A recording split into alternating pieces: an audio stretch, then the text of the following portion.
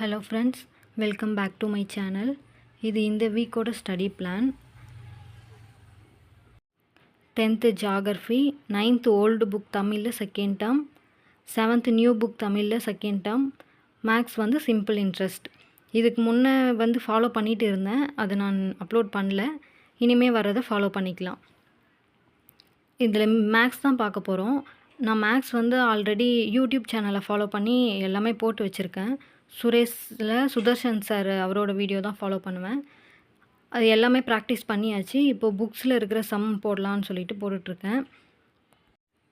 நீங்கள் இப்போ தான் புதுசாக படிக்க ஸ்டார்ட் பண்ணுறீங்கன்னா எடுத்ததுமே புக்கில் இருந்து ஸ்டார்ட் பண்ண வேணாம். ஏன்னா எல்லா மாடலும் கலந்து இருக்கிறதுனால கொஞ்சம் கஷ்டமாக இருக்கும்.